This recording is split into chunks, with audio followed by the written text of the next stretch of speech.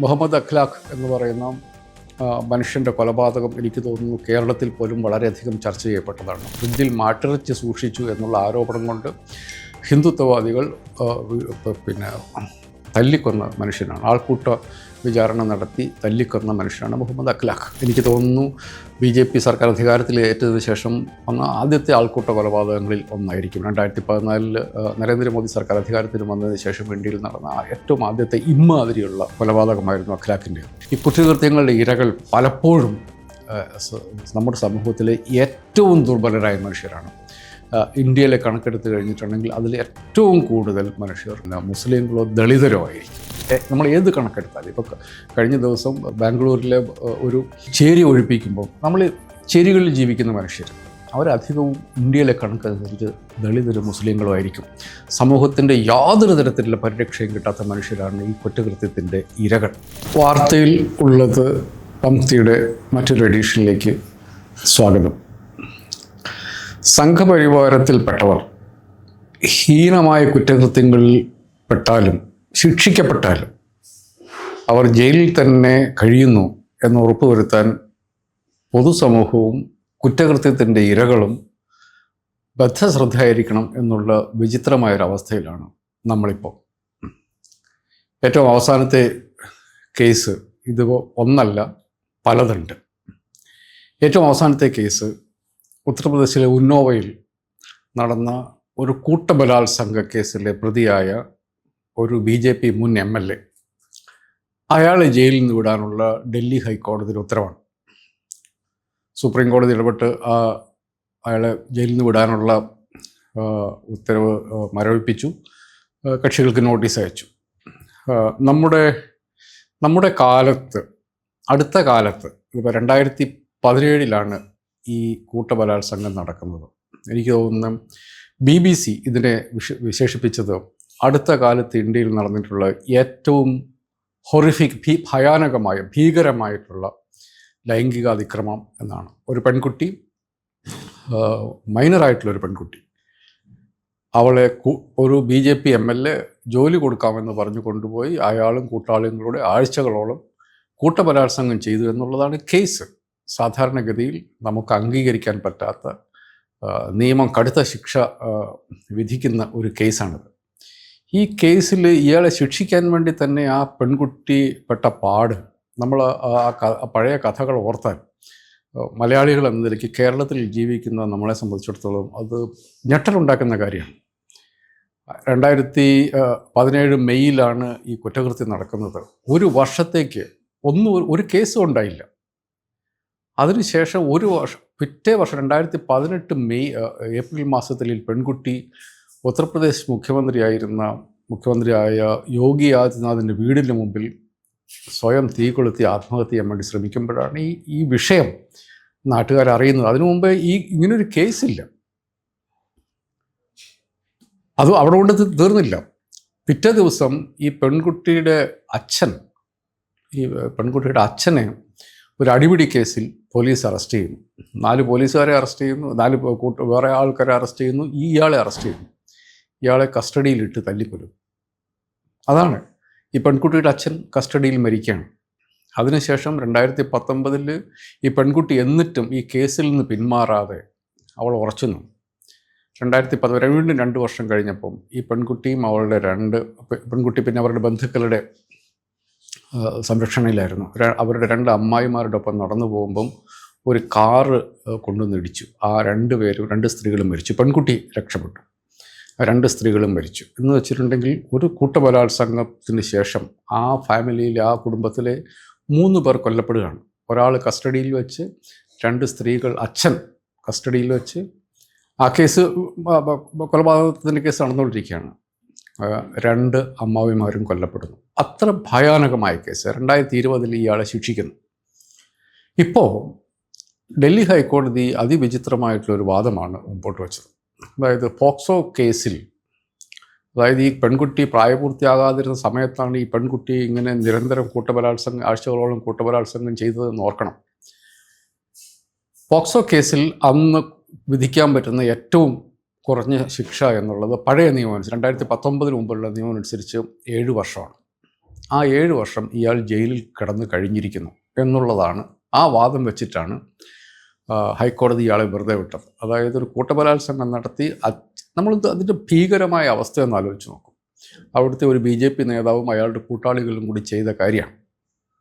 അതിൽ ഏറ്റവും മിനിമം ശിക്ഷ കൊടുത്ത് ഇയാളെ ജയിലിൽ നിന്ന് പുറത്തിറക്കി വിടാൻ ഡൽഹി ഹൈക്കോടതിക്കുള്ള ഉണ്ടായ ഒരു ഉത്സാഹം. ഏതായാലും സുപ്രീം കോടതി അത് തടഞ്ഞു. സുപ്രീം കോടതി പറഞ്ഞ് ഞങ്ങൾ വളരെയധികം ആശങ്കാകുലരാണ് ഇത്തരം ഇൻ്റർപ്രിട്ടേഷൻസ്, വ്യാഖ്യാനങ്ങൾ, നിയമത്തിൻ്റെ വ്യാഖ്യാനങ്ങൾ വരുന്നത്.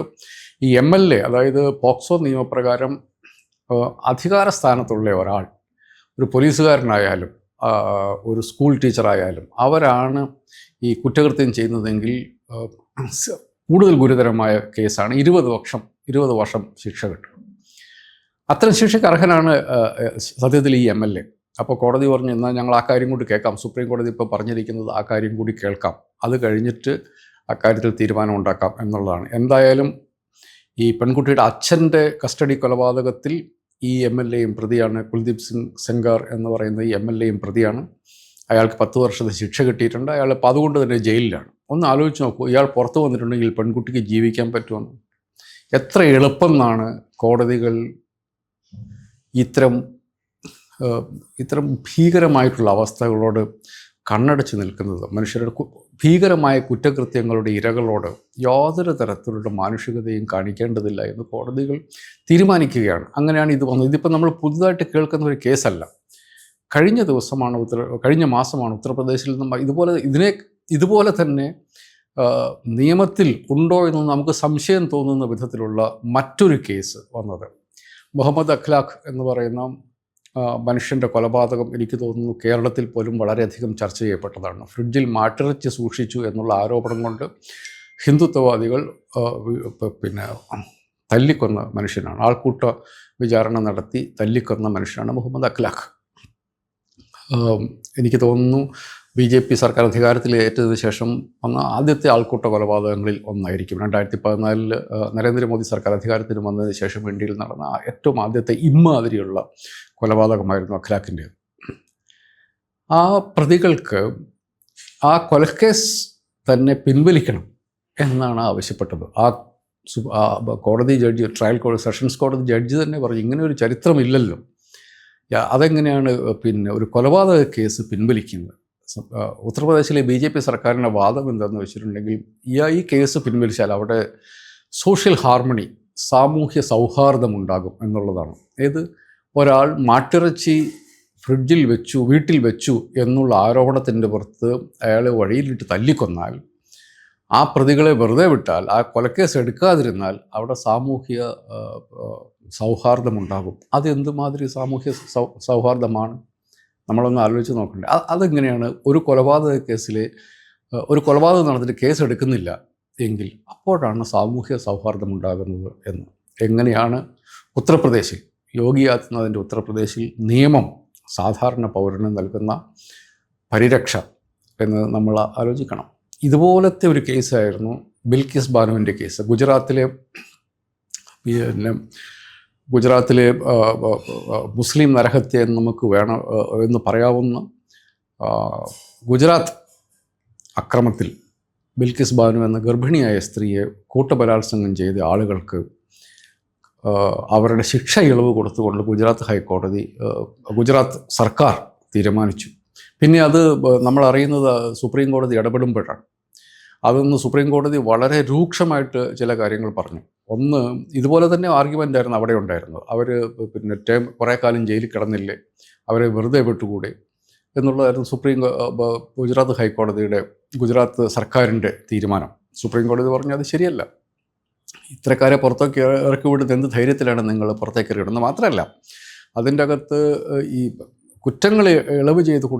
ശിക്ഷകൾ ഇളവ് ചെയ്ത് കൊടുക്കാൻ സംസ്ഥാന സർക്കാരുകൾക്ക്, ഗവർണർക്ക് അധികാരമുണ്ട് ഭരണഘടന പ്രകാരം.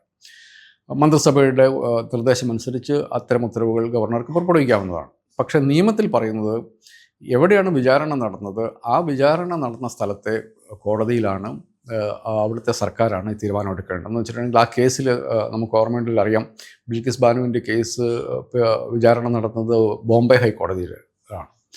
അവരാണ് ശിക്ഷിച്ചത്. അപ്പം ബോംബെ സർക്കാർ വേണം ആ തീരുമാനം എടുക്കാൻ. മഹാരാഷ്ട്രയിലെ സർക്കാർ വേണം ആ തീരുമാനം എടുക്കാൻ. നമുക്കറിയില്ല, മഹാരാഷ്ട്രയിൽ ഇപ്പോൾ ഒരു BJP സർക്കാരാണ് അധികാരത്തിലുള്ളത്, BJP ശിവസേന സർക്കാരാണ് അധികാരത്തിലുള്ളത്. എപ്പോഴെങ്കിലും ബിൽക്കിസ് ബാനുവിൻ്റെ പിന്നെ ബലാത്സംഗികൾ അവരും ചിലപ്പോൾ രക്ഷപ്പെട്ടു പോയി എന്ന് വരാം, നമുക്കറിയില്ല. അത് നമ്മൾ കണ്ണിലെണ്ണ ഒഴിച്ച് കാത്തിരിക്കേണ്ട ഒരു അവസ്ഥയാണ്. നമ്മൾ കാണേണ്ടത് നിയമവാഴ്ച എന്ന് പറയുന്നത് എത്രത്തോളം പ്രധാനപ്പെട്ട കാര്യമാണ് എന്നുള്ളതാണ്. കുറ്റകൃത്യങ്ങൾ നടക്കും, അത് ഏത് സമൂഹത്തിലും കുറ്റകൃത്യങ്ങൾ നടക്കും. പക്ഷേ കുറ്റകൃത്യങ്ങളോട് സമൂഹം എങ്ങനെ പ്രതികരിക്കുന്നു എന്നുള്ളതാണ്.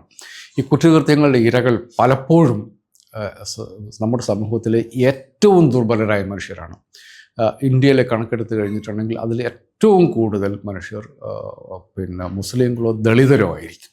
നമ്മൾ ഏത് കണക്കെടുത്താലും. ഇപ്പോൾ കഴിഞ്ഞ ദിവസം ബാംഗ്ലൂരിലെ ഒരു ചേരി ഒഴിപ്പിക്കുമ്പോൾ നമ്മൾ ചേരികളിൽ ജീവിക്കുന്ന മനുഷ്യർ അവരധികവും ഇന്ത്യയിലെ കണക്കനുസരിച്ച് ദളിതരും മുസ്ലിങ്ങളും ആയിരിക്കും.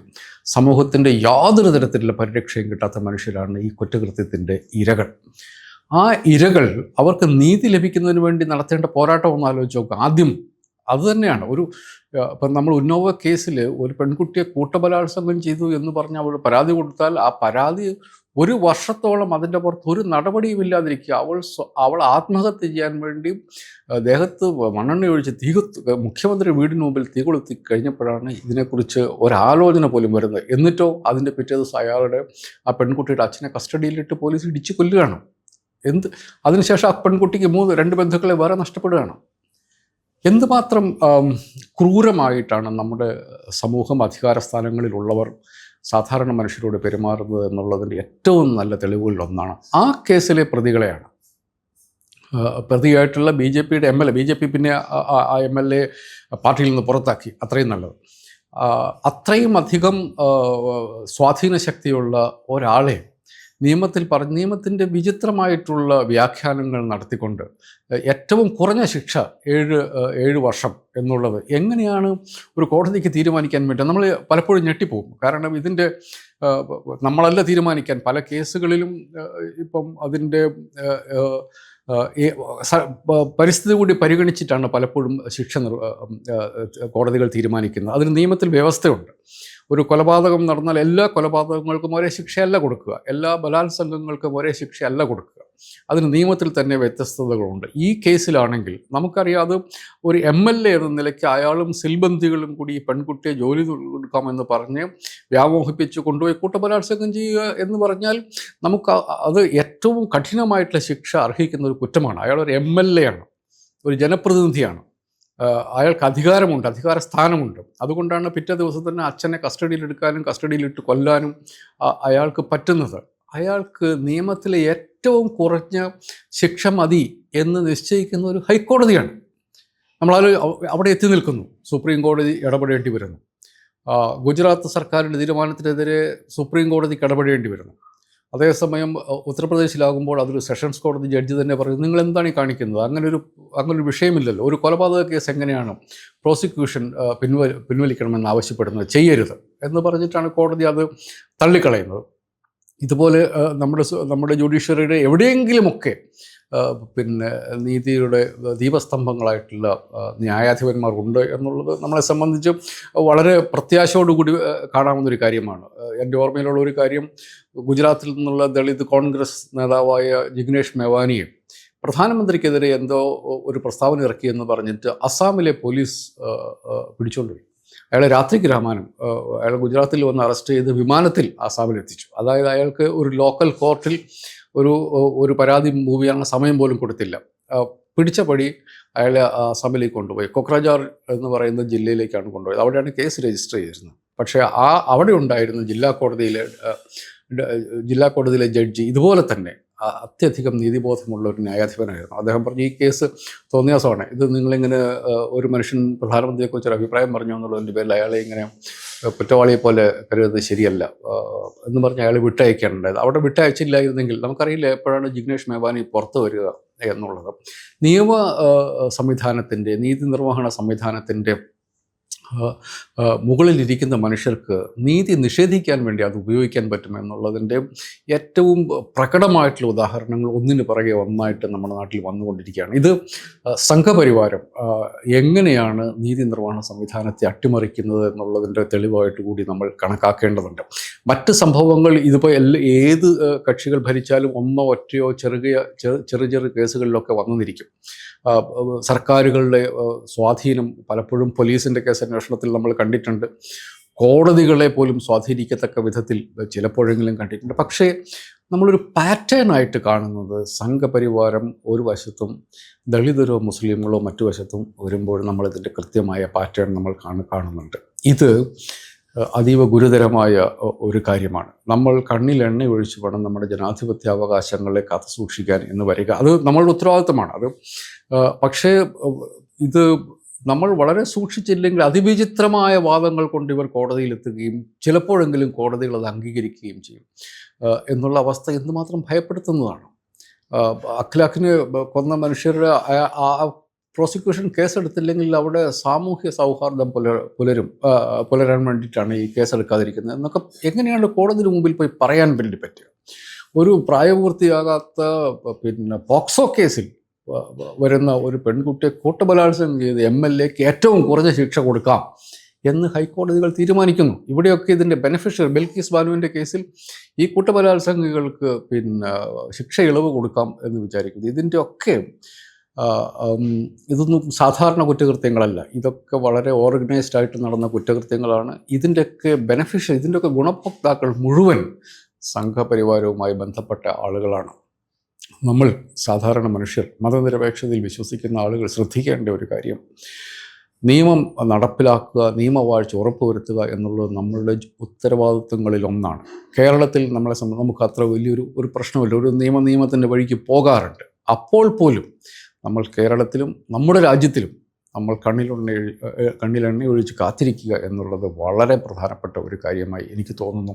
അതല്ല എങ്കിൽ അതിവിചിത്രമായിട്ടുള്ള വാദങ്ങളുമായി നിയമവാഴ്ചയെ, നീതിബോധത്തെ ഒക്കെ അട്ടിമറിക്കാൻ കപ്പാസിറ്റി, അതിനുള്ള ബലവും കയ്യൂക്കുമുള്ള ആളുകൾ നമ്മുടെ സമൂഹത്തിൽ ഇങ്ങനെ നിരങ്ങി നിൽക്കുന്നുണ്ട്. നിയമവാഴ്ച എന്നുള്ളത് പരമപ്രധാനമായ കാര്യമാണ്. ഞാൻ നേരത്തെ സൂചിപ്പിച്ചതുപോലെ പലപ്പോഴും കുറ്റകൃത്യങ്ങൾ നടക്കും. പക്ഷേ കുറ്റകൃത്യങ്ങൾ നടന്നാൽ കുറ്റവാളികൾക്ക് അവരെ എങ്ങനെ രക്ഷപ്പെടുത്തിയെടുക്കാം എന്ന് ആലോചിക്കുന്ന ഒരു ഭരണ സംവിധാനം, അതിനോട് ചേർന്ന് പോകുന്ന നീതി നിർവഹണ സംവിധാനം എന്നുള്ളത് ജനാധിപത്യത്തിൻ്റെ അന്ത്യമാണ്. അതല്ല എങ്കിൽ ഇങ്ങനെ ഒന്നിനു പുറകെ ഒന്നായിട്ട് ഇത് വരില്ല.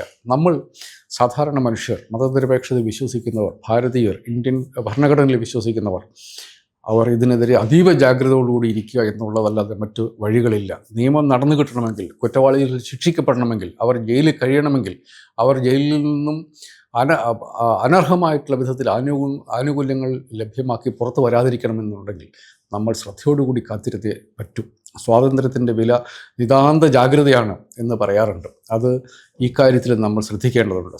ജനാധിപത്യ അവകാശങ്ങൾ വളരെ അടിസ്ഥാനപരമായിട്ടുള്ള ജനാധിപത്യ അവകാശമാണ് നീതി എന്നുള്ളത്. ജസ്റ്റിസ് നമ്മുടെ ഭരണഘടനയുടെ ആമുഖത്തിൽ പറയുന്ന ഏറ്റവും പ്രധാനപ്പെട്ട കാര്യങ്ങളിൽ ഒന്നാണ്. അത് സാധാരണഗതി നമ്മുടെ ഭരണഘടനയിൽ പറയുന്ന 3 കാര്യങ്ങൾ, ലിബർട്ടി, ഫ്രറ്റേണിറ്റി, ഈക്വാലിറ്റി, അത് 3ഉം ഫ്രഞ്ച് വിപ്ലവകാലത്തെ വലിയ ആശയങ്ങൾ നമ്മളെടുത്തതാണ്. അതിൻ്റെ ഒപ്പം ചേർത്ത് ഒന്നാമത് വെക്കുന്ന ഒരു കാര്യമാണ് ജസ്റ്റിസ്, നീതി എന്നുള്ളത്. നീതി ജനാധിപത്യ അവകാശത്തിൻ്റെ ഏറ്റവും അടിസ്ഥാനപരമായിട്ടുള്ള ഘടകമാണ്. അതില്ല എങ്കിൽ ബാക്കി ജനാധിപത്യം ഉണ്ട് എന്ന് പറയുന്നതിൽ യാതൊരു കാര്യവുമില്ല. അതുകൊണ്ട് കണ്ണിൽ എണ്ണയൊഴിച്ച് കാത്തിരിക്കുക എന്നുള്ളതല്ലാതെ, ഇത്തരം നീതി നിഷേധത്തിനെതിരെ നിരന്തരം പൊരുതുക എന്നുള്ളത് അല്ലാതെ, ഇത്തരം നീതി നിഷേധത്തിന് പൊരുതുന്ന സംഘടനകളെ, ജനാധിപത്യത്തെ മാനിക്കുന്ന സംഘടനകളെ അവർക്കൊപ്പം നിൽക്കുക എന്നുള്ളതല്ലാതെ നമുക്ക് മറ്റു വഴികളില്ല.